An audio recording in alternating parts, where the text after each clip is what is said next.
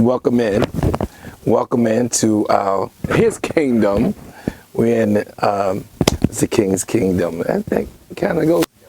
King's Kingdom. That's where we at right now.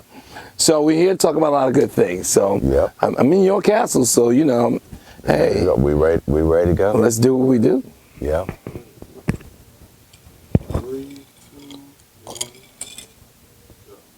Welcome everybody. Welcome to another episode of Style and Everything. And today, guys, I know you guys waited patiently for my brother and friend, Mr. Lance London. Got him right here, the man, the legend. And look, this is my man.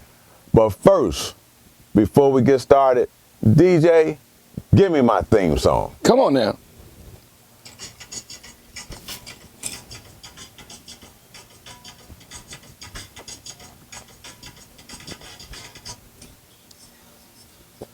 We coming for you, baby.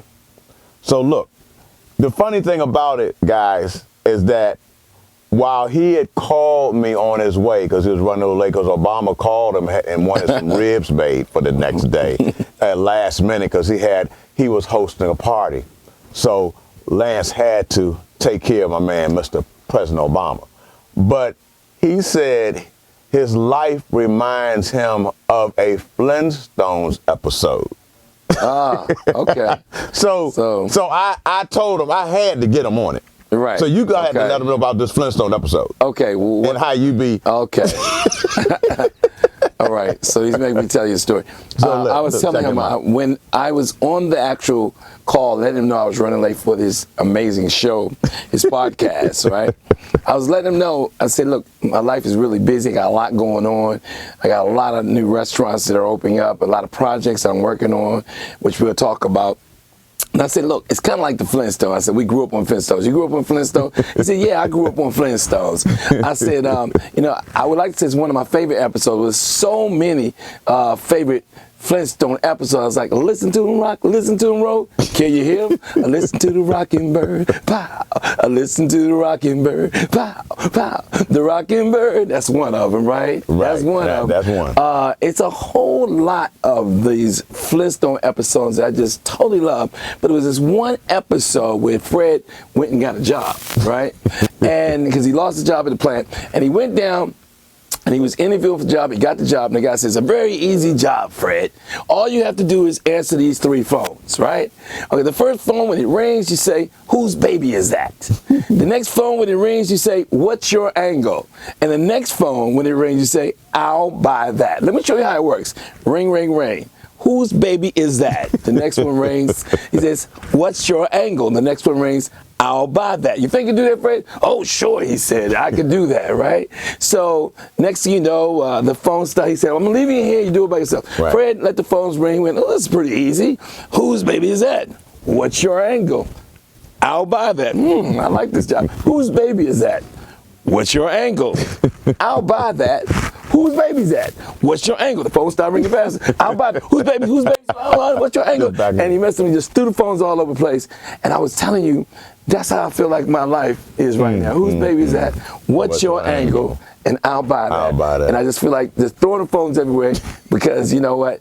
You can't control these phones ringing. They ring faster. You got more to do. So right now, my life is like one of my favorite Freddie Flintstone episodes. There it is. Funny, man. That is those funny. that look at Freddie Flintstone know what I'm talking about. I had to let y'all in on that because I thought it was just crazy. And I didn't think I was going to have to repeat it. And see, I don't never see him this funny. I mean, so he done went completely out of his normal to do this for you guys. I got to be cool. He don't normally do this. I got to be cool. He's always cool. Smooth. Come on now. So he stays But smooth. I'm real people. Well, he real. He real. I'm real people. He's touchable. But he never go that far. Come on now. So I had to let y'all know about that. But look, check this out. Okay. Check this out. So I gotta ask him, what now? This is, you know, you have folks that will tell you what they think the reason for your success is. Right. Or folks will say, well, I think Lance succeeded because of this. But what do you think the reason for so much success? that you've had in the restaurant business? Well, not just so far in life, right? Right. Well, part of my success, I got to start right here from the bottom line. Let's do that. The most important part of my success is God first. Amen. You know? Amen. And I tell people all the time, if you don't go in business with God, you'll go out of business. Does that make sense? So without God, none of this would be happening for me or to me. But then I understand the most secondary thing is the way I was brought up, and I have to give it to my dad. I tell people out there, even though I don't have kids yet, they some lucky kids when I have them. Oh my God. Because my dad, you know, he used to mentor me every day. I mean, God knows, he came home from work and he talked to me about his life and how much of a struggle it was. He was from down south, South Carolina, Columbia. And they migrated here to Washington, D.C., like a lot of people down south did back in the early days.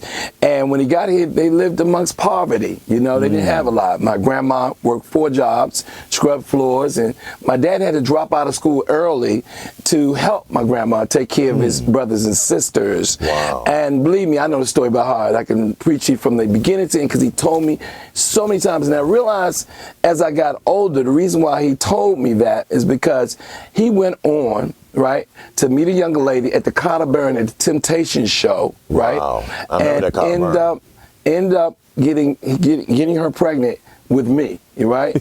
And she just so happened to be from the other side of the railroad tracks, upper Northwest. Wow. And her side of the family did not like her meeting my dad, right? And my dad was determined to show them that he was good enough for their daughter, right? So they ended up eloping, getting married and leaving the area.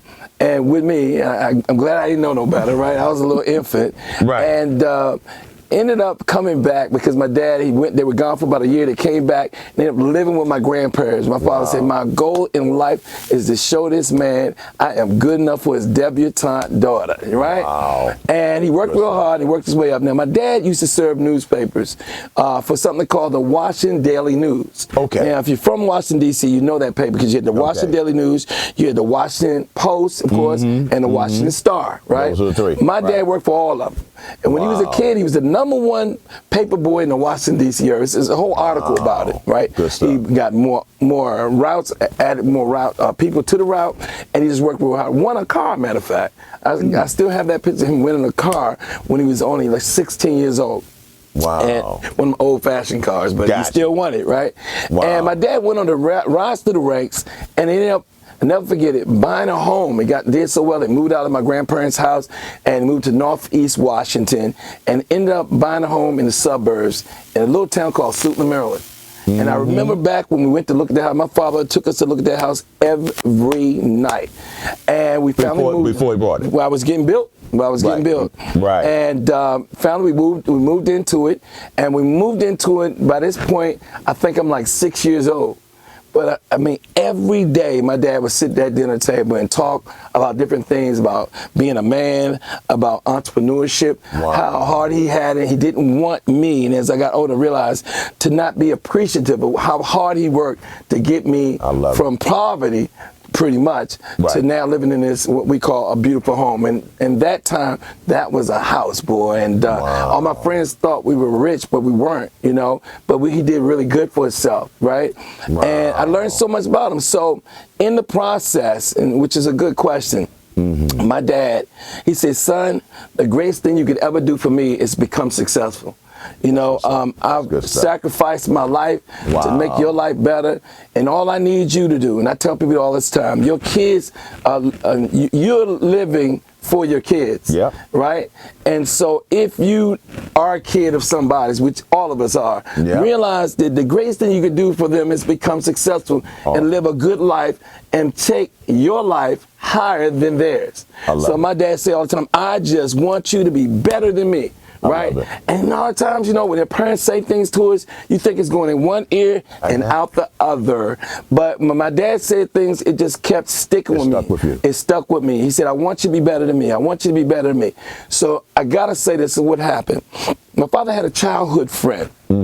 And by this point, my dad, he started his own distribution company where he basically served, not just served newspaper, but he did marketing for a different company.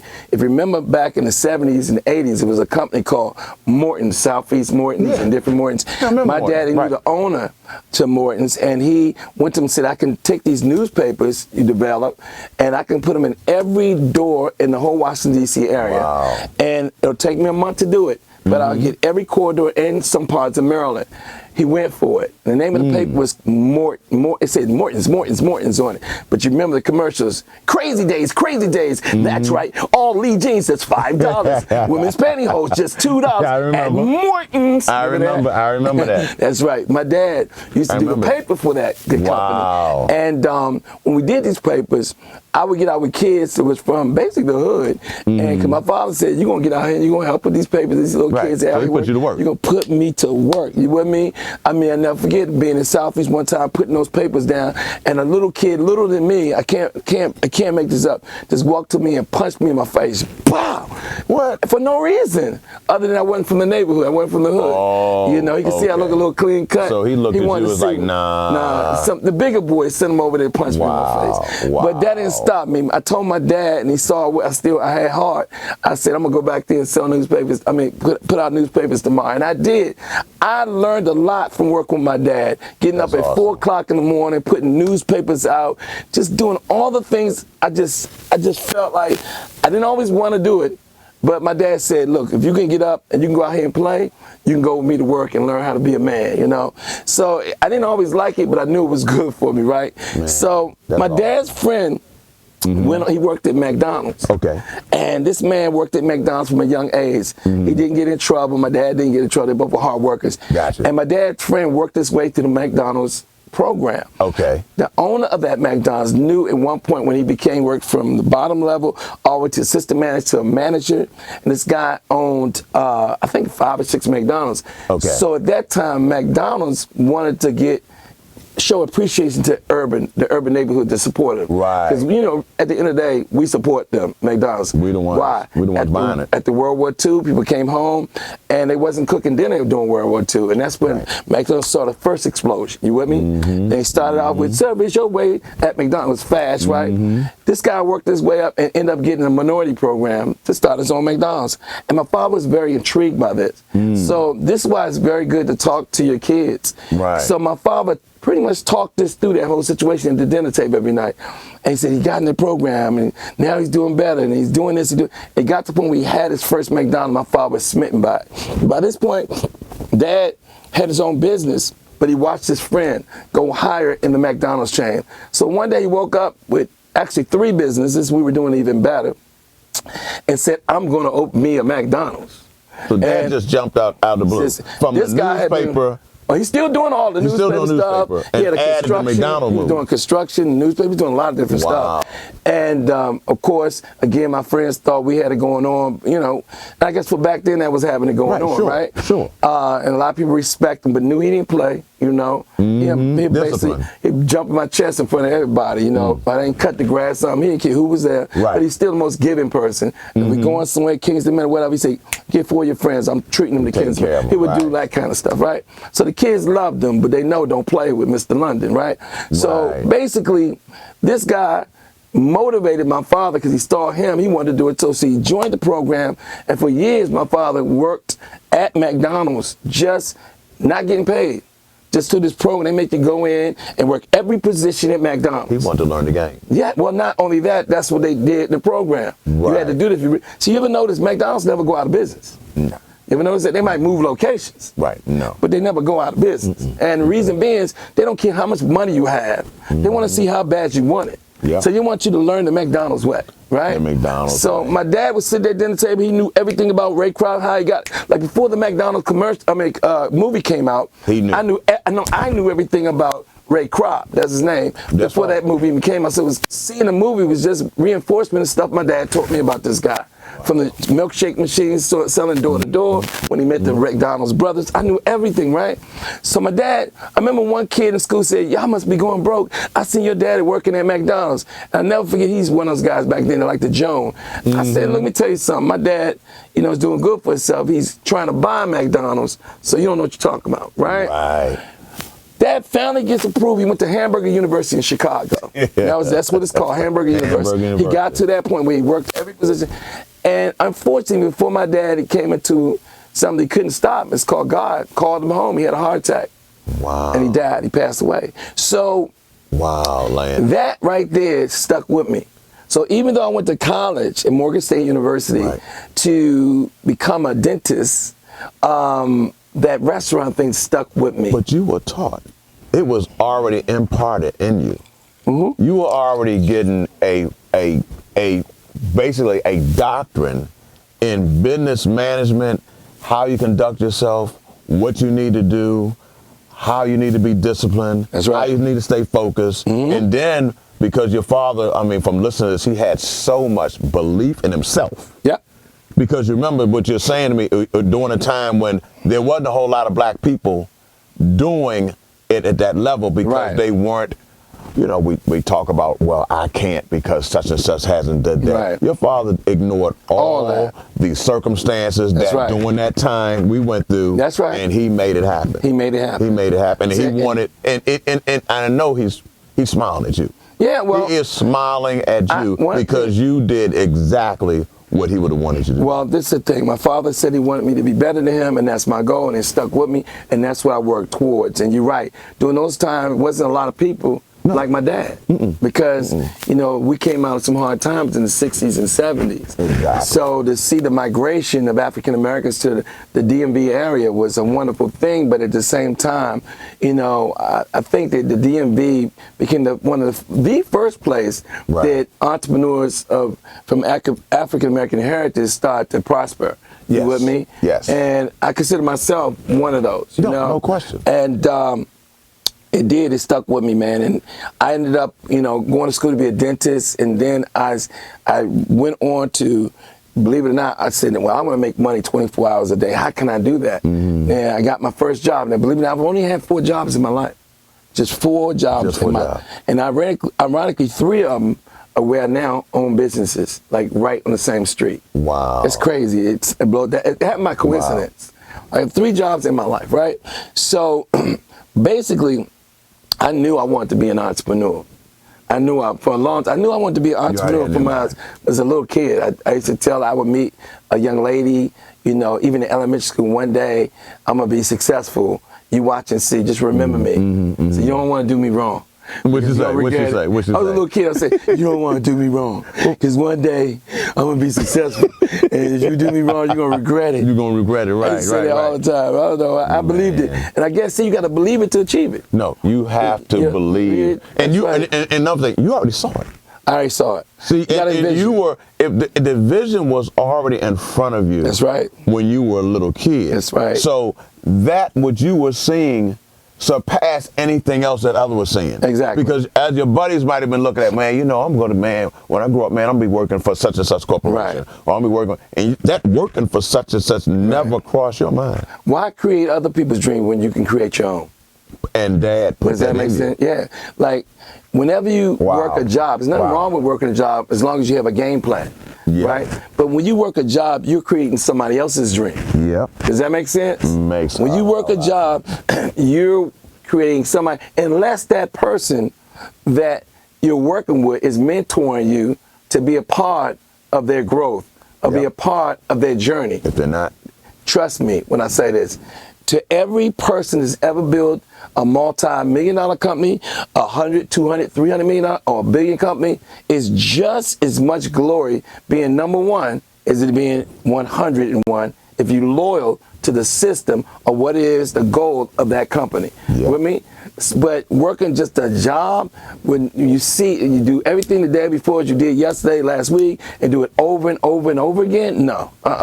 You have to have a plan. But I'm glad that you're saying this, because I say it all the time. Or Christian Right. and Colleen tell you, I've been saying it for years. Yes. And the thing is that in order to help people, and I know that from our relationship, you can't help nobody unless you're in position from your own business and everything else to support anybody else for where they want to go. Right. And you don't have nothing to give them. Exactly. If you stuck, just like, you've seen that, Lance. Mommy and daddy worked for, and I hate to say it, the government agency. Right. Then taught the daughter and the son to do the same thing. Yep. With the government agency. And you can retire with a pension. That's right. You can retire with a pension. Right. And you'll be able to have a nice home and have a good life. Yeah. That's the American dream. But if you want to really be somebody that can really help us as blacks, you have to have your own. You do. It's no way around it. But see, it starts with something we talked about. It starts with, your thoughts. It starts with your belief level. Your belief. And you have to be out there watching this amazing show. You have to understand that your life is a mirror of your constant thoughts and belief. Your life is a mirror of your constant thoughts and belief. So you're right. I envision, do you know how many things that I told myself that I wanted to do in life, right? And it actually materialized? Wow. Only because I continue to tell myself and envision myself being there. I remember when I was in my early 20s, every time I went on a date, yes, I would go to a date and I would go to typical things like to dinner, right? Spend money on dinner and the movies, whatever.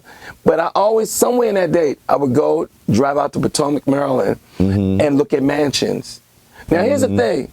I knew that if I was in a car with somebody, when I looked at those mansions, they seemed just as excited as I did. Now, you realize I've seen these mansions and had my little route I'll take them on 100,000 times because I did that. Was on your mind. To place that in my head, because in my mind I said, one day I'm going to live here. That's right. And so when I first saw them, I was excited. When I saw them 110 times, I still was just excited. So if I'm sitting here with an individual that I call myself either being interested in or going to date with, if they're not just as excited about seeing success, even though I don't own it, and we can get excited about picturing ourselves being in this position one day, if I don't see that sparkle, that excitement, I'm like, I'm done. It's not gonna work. No. Because she'll hold you down. Huh? She will hold you down because they're not ready for where you're going. Well, let's not say hold me down.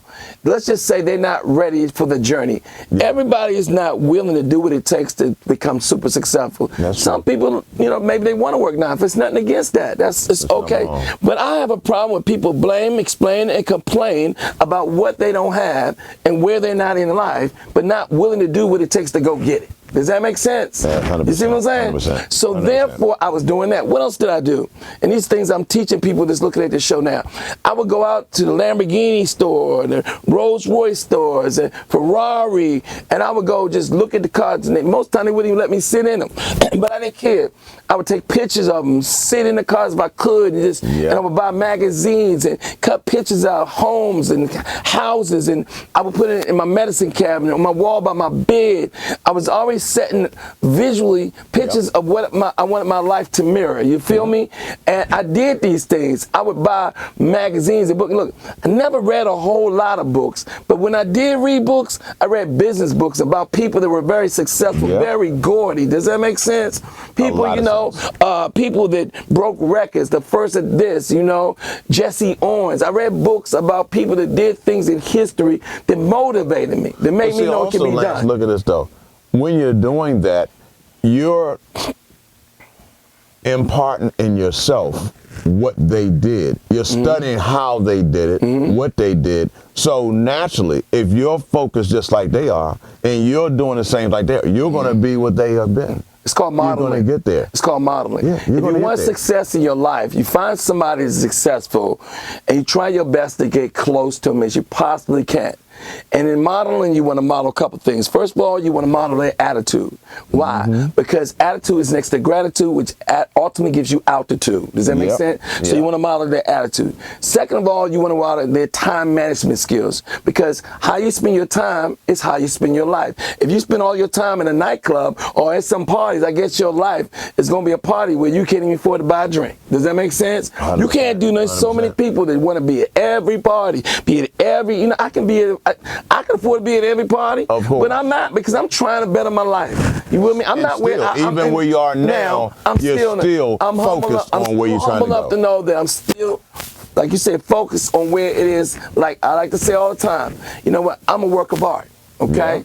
Yeah. And what I mean is, people say you need to stop working so hard, because if you don't stop working so hard, you're going to die. You need to get some rest. And I tell them, as long as my eyes, I put toothpicks in my eyes. You say I need to get rest and get sleep. I put toothpicks in my eyes. As long as I'm on earth, I'm going to do all I can to make my dreams become a reality. Because when I'm dead, my dreams will die right along with me. Does that make sense? But Lance, and I tell people this, when I'm finished, I'm finished. Mm-hmm. I'm going to live up until I'm finished. Not stop before I'm finished. Right. Because a lot of people, they've stopped. Retirement, you've stopped. Right. You basically stopped. There you go. It ain't what God wanted to do. In your mind, you thought this what you need to do. So you stopped. And it's so much more. And another thing I tell folks, I say this all the time. If I'm not in position because I worked hard enough to help anyone, it's because I didn't work the system and do what was necessary to get there. Because I should be, with all the gifts that God has given me, I should be in that position to help anyone that needs some help. Yes. If it might not be financially, but information, like right now, they're getting information. Right. That this is not going to get, well, basically, you're not going to learn this going up. Right. Mm-hmm. This conversation you're not going to learn, because they're not telling you that, because they're teaching you to go to work. There you go. Because, and the reason why they teach you to go get a job, America teaches teaches you go to school, get a degree, right? Go out and get a job, right? Six figures or otherwise, right? And go get married, buy a white picket fence, have a couple of kids, and you live in American dream. See, if they taught what is we're starting to talk and scratch the surface of today, it'd be nobody say, hi, welcome to McDonald's, how can I help you? It'd be nobody to shine our shoes. It'd be nobody to cut our grass. It'd be nobody to deliver our mail. It'd be nobody to fix our homes. Exactly. So if they taught what is we're reaching in and teaching today, some of the secrets of personal success, right? Yes. It would mess up the economic infrastructure of America. It would be just an upper class. It wouldn't be, in order to support an upper class, right? You got to have a lower class and you got to have a middle class. So if everybody knew what it is that we teach, they don't want to teach it. Because if that's the case, when you go to college, you know, I remember taking archery and riflery and folk dance. I'm thinking, why am I taking this? I'm going to be a dentist. Why? Because it makes money. You need electives. They said it make you well-rounded. Well, I got enough well-rounded when I was in high school and junior high school. Does that make sense? I'm going to school to be a dentist. Why don't I take all dentistry classes? Because it costs more money and they make more, because college is a business. Do you understand what I'm saying? It really, not to say that college isn't good. What it does is it says you started something and you finished it. That's good, right? And I most certainly don't want nobody cutting into my shelf doing open heart surgery they didn't train for. Does that make sense? But the majority of things that people go to college for, somebody can walk up off the street and go do. Does that make sense? And don't have to go spend $200,000 to do. Right? So for real, if you truly want success in your life, I told you, you can model. I stopped where modeling was. Modeling what? Their physiology. That means their physical movements. Successful people walk a certain way, certain facial expressions. When they walk into the room, you know that they're there. Does that make sense? You got to monitor time management. I told you. On a whole nother level. Successful people, they manage their time properly. You know, it's only been so many hours in a 24-hour day. And if you're not managing your time properly, you with me, then you're not going to get there. And I told you how you spend your time is how you spend your life. I told you also, when you model somebody, you got to model, I told you, their belief, their time management. Oh, yeah, setting goals. You got to be able to set your goals. Some people just say, I'm going to be at there. But did you write down how you're going to do it? Did you write down what you're going to do every year, every month, every quarter, every week, every day, every hour? Write down what you're going to do to get you from where you want to be to where you're going. You're saying that, Lance. A lot of folks don't realize, and I say it all the time, is that there should not be a day that wasn't planned. Right. Most successful people, it's planned. Right. It's planned. Everything is planned out. Right. It's very rarely that they're doing something outside of a plan that they had. Very rarely. Because your focus is so high that these are the things necessary to stay on that level. Right. I mean, even like when I come over and you working out, that's planned. and you know you need that. That's already placed and planned in your day of activities that you have to go because you need it. But again, I love when you said, you don't need sleep. No. You need rest. Right. And see, you just sitting up there sleeping. I'm like this. When I die, I have the rest of eternity to rest. But as long as I'm living, I'm going to do all I can to make my dreams become a reality. You understand what I'm saying? No, I wish. That's real. And see, there's people that's listening to this conversation we're having tonight and don't realize these golden nuggets that I'm dropping on you. You dropping. I could charge somebody for it. But tonight there'll be people that tune in, be it through your podcast, which you can tell them about, be it through Facebook Live and Instagram and all the stuff, YouTube, whatever where this information is. And they'll look at it and drop off. But then the main people always blaming, explaining, and complaining about why their life isn't where it is. But when somebody comes along, now I'm not saying I'm the richest man in the world, because how much money did you have doesn't make you great. No. It's how many people that love you when you die that makes you great. How many people's life in the direction of your life that makes you great. How many people you can leave better off because of their association with you. That makes you great. So guess what? Martin Luther King wasn't the richest man, but because what he did for us, right? Yeah. My kids that I don't have, kids gonna know who Martin Luther King is. Does that make sense? So therefore, remember that. How much money you have doesn't make you great. Nope. It's how many people love you when you die. And you want to, when you die, you want folks to say, and my wife will tell you this, it's strange, but she'll tell you this. When my real father passed away, my real biological father passed away, everybody was talking about if it wasn't for him, they wouldn't have been able to do some of the things they did in Baltimore. And it was so many people that were talking about if it wasn't for him, how they learned everything from him. He put them down, he helped them out in everything. And it was like you realize that he was so impactful. And people were talking about it. You don't want to go there and it's nobody, because you didn't help nobody. So nobody's going to be talking about you. Nobody's going to be raving about the time they spent with you and how if it wasn't for that time I spent with him, I couldn't have got to this job, I couldn't have got to this business. And that's what you're talking about. Well, one of the things that people always ask me, what's the end goal? What's the end goal? What do you want to do? What do you think? And I always tell them, my main goal is to mentor and create 100 millionaires. 100 millionaires. I say it all the time. And I've already created some. But here's the thing. Some people say, well, why? Well, my dad told me, kind of what you just said, through helping other people get what they want, you get what you want. I'm going to repeat that one more time. No, that's true. Because that might have went over people's head. No, they didn't. Through helping other people get what they want, you get what you want. Does that make sense? So that means helping others.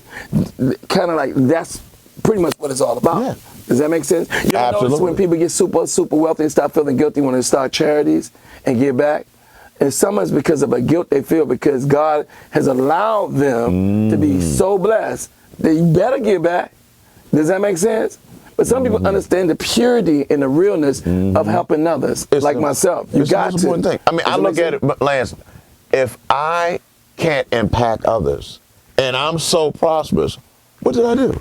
Nothing. What did I do? Just go shopping? Or what I do is go buy homes or go on vacation? You should be, from your life, everyone should have been impacted by your life. And the more people you impact will determine, and I say this all the time, I say, well, I know on this earth that I expect to live at least to 160. Okay? Why? I mean, you see how you laugh? Yes. Because medicine is becoming more advanced, for one. We also understand what it takes to stay here longer. And I truly feel that it's a purpose that I have that's greater than all of us that wants me to be here longer. But ultimately, my goal is to live forever. And how are you going to do that? You say, Dr. London, how are you going to do that? It's because of the simple fact, I want to do something that can impact the masses, so much so that even after I'm gone on this earth, I'm still here. Does that make sense? I love it. I love it. Because what you have did, everyone now is living from. Right. It has affected so many people. There you go. Your life affected so many people. You go to the Bible, when you read the Bible in Methuselah, well, they just said he lived till, what was that, 900? But they don't say nothing else. So this, to me, it sounds like their brother lived to 900 and impacted nobody. because there was nothing else said. Right. He just lived to 900.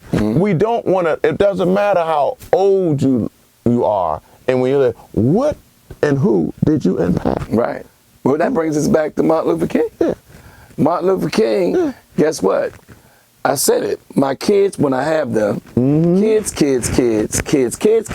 Yeah. will know who Martin Luther King is. Martin Luther King will live forever.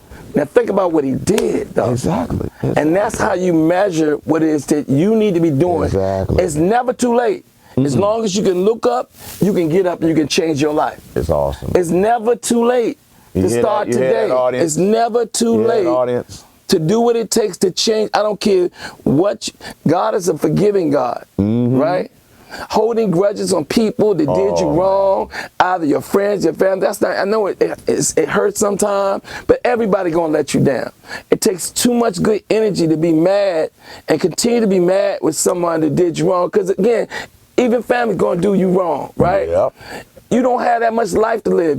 Some of these rocks you walk past on the ground are 100 million years old. You only here for a split second in the reality. A split second. And you're going to spend that time being mad and upset when you need to be formulating a plan. Every day. Formulating a plan. Every day. To make your dreams become. And a dream is merely but a wish unless you write it down and start acting upon it. Yep, man. Plain and simple as that. This is class. We didn't went to Lance London class University. of entrepreneurship and life lessons, because everything he's saying we all need it. It's so valuable, and I hope that you guys, as you're listening in, have taken notes. With the FaceTime Live, Facebook Live, go back and revisit that, because there's a lot of things that everyone can use, because I'm quite sure all of us are at certain levels in our life, and you're probably wondering how to get to that next level. Well, he just told you a few things that he did, but they're the same things that you can do. Exactly. They're the same things you can do. I'm not Superman. No. I But can't, you use your time I can't wisely. lift 1 trillion pounds, you with me? I realize what the limitations are. There's none. That's right. I can try to do anything that I want to do. That's right. And just because I can't do it automatically does not mean I can't train my body, I can't train my mind to overcome that obstacle and ultimately get exactly what I want out of whatever it is I'm trying to do. I don't allow myself to be caught down by what I can't do. I think about what I can do. I don't concentrate on the problem. I concentrate on solutions to the problem. That's right. Why? Because the problem going to be there. You can't stop the problem. The problems are going to be there. But what I can do is not fog my brain up with the problem, and I'll start concentrate on the solution, and guess what? The problem will be gone. And that too shall pass. Does that make sense? I love it. Just keep your attitude It's all right. temporary. There you go. It's all temporary. It's all temporary, guys. Yep. You can do it. You can do sir. it. Just do not, Yes, sir. and the biggest thing, do not give up. Nope. Do not give up. And don't get caught up in what people think. No. Don't get caught up in what people say. Don't get caught up in negativity. Why?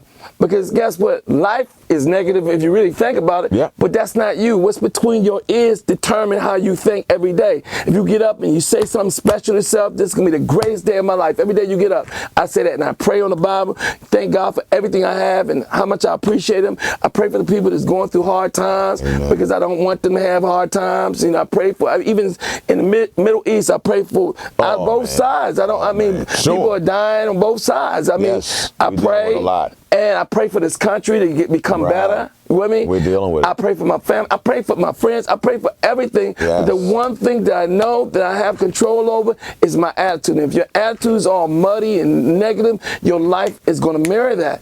Your life is going to be exactly what you think. So you can't get caught up in the negativity. You can't get caught. If you feel that one of your friends are negative or did you wrong, you love them from afar. Anyway. You love them anyway, but you just love them from afar. You ain't got to be with them. It ain't like they got to be in your immediate circle. And you don't have to spend a bunch of energy trying to get back at them. Just move on. Keep it moving. Remember, people that's looking at this show, this great show today. I love it. Remember that the greatest revenge is to become successful. Success. All right. That's the greatest revenge. Amen. That's so true. That's so true. Man, you're preaching, man. You're preaching. You're preaching. You're preaching. I love it. I love it. I love it. Look, guys, and I know y'all soaking this in. We're soaking this in. But look, you know, my audience, I'm going to give you some of our quiz. You got to have our little quiz so we can see you get some of this wonderful collection, some of these sales I got going on for the holiday.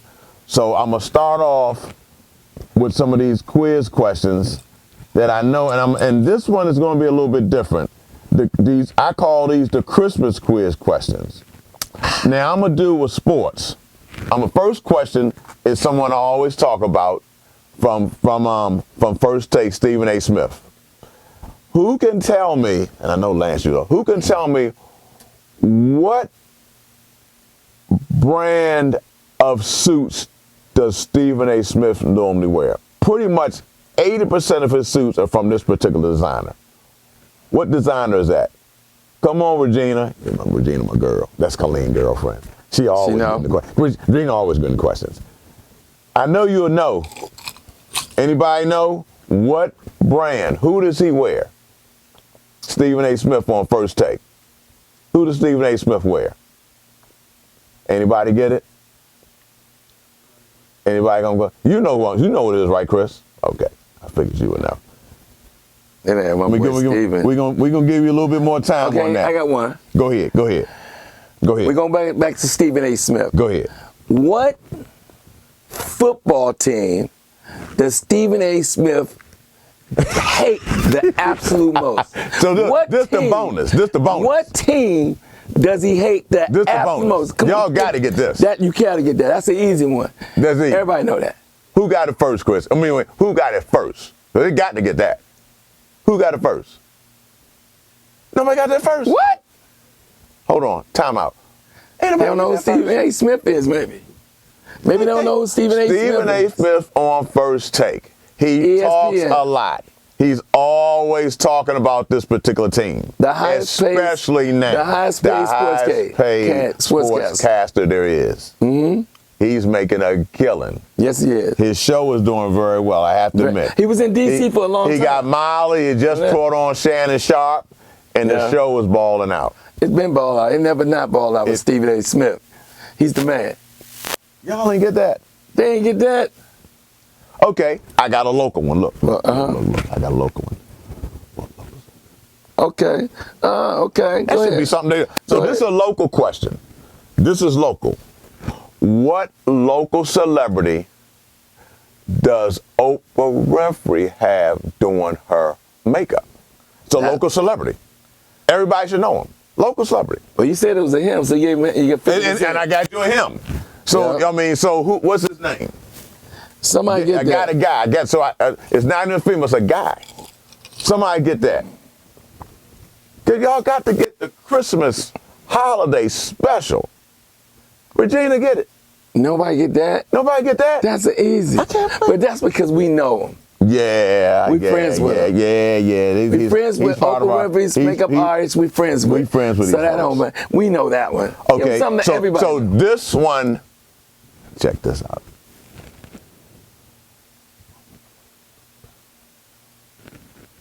They're not gonna get that. You don't think they get that? Nah, they're not gonna get that. Even some of the old heads. They're not gonna get that. They're not gonna get that, Lance. No. All right, I'm gonna put it out there. I'm gonna put it out. Lance, you tell them. No, go ahead. Tell them. You want me to tell them? Okay, look. So check this out. Check this out, guys. There's a woman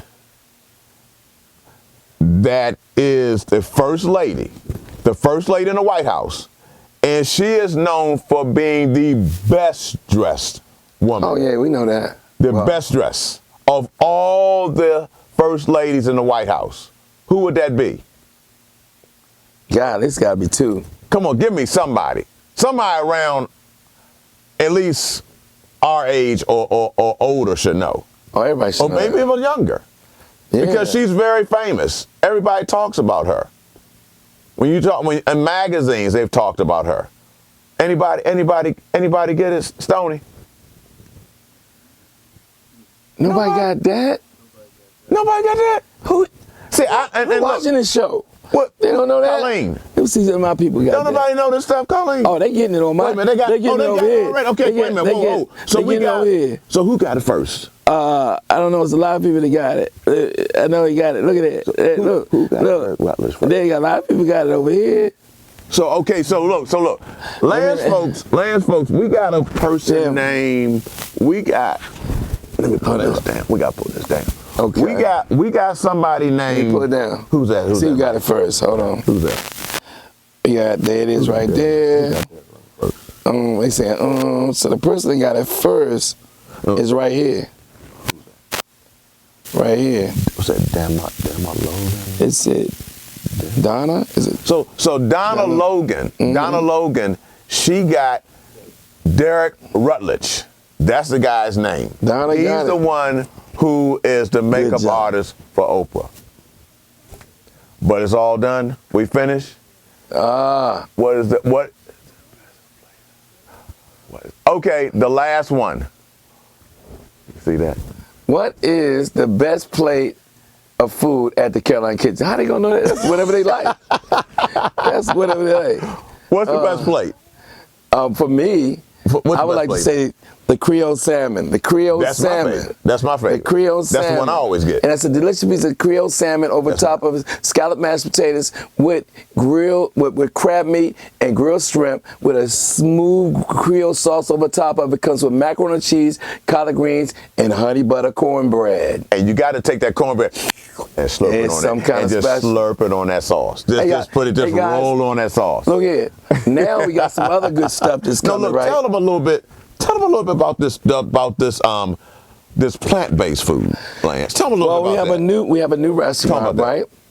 It's called the Carolina Kitchen with Plant-Based Options. It's over on Central Avenue, right?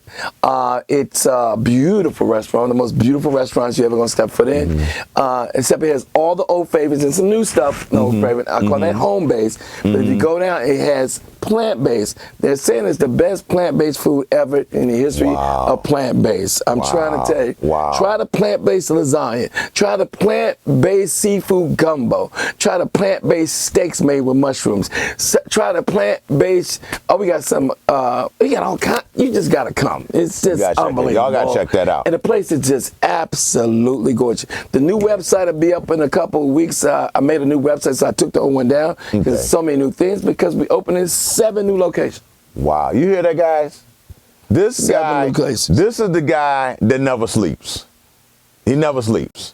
Always on the move, always and we're so proud and thankful to have him here, Mr. Lance London, the doctor of the food business. Hey, I'm in the people business. Oh, the people business. I'm in the people business. Impact Kitchen, right? A taste of Louisiana, but it's named after my grandmother, Ma Pearls. It's coming in Upper Marlboro. The seafood one is coming in Lanham, up there near Bowie, and Vista Gardens, and the other one is coming in South Lake Community. You're gonna love it. It's big, 10,000 square footer, and I gotta say some sad news, but had to do it.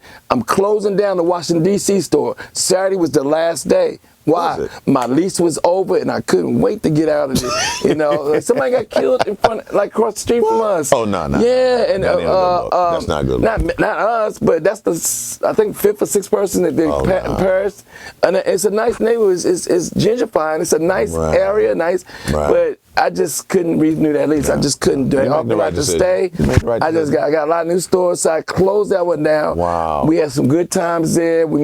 I made money there, but money's not everything. No. I just said I'm not reopening it. So when the lease is over, it's time to move on. But I love all y'all that support us at the Northeast location. Don't worry. We're moving that over to Central Avenue, and we have 7 new other locations getting ready to open. So get excited. It's a blessing. Hear that, guys? So DJ, give me my theme song.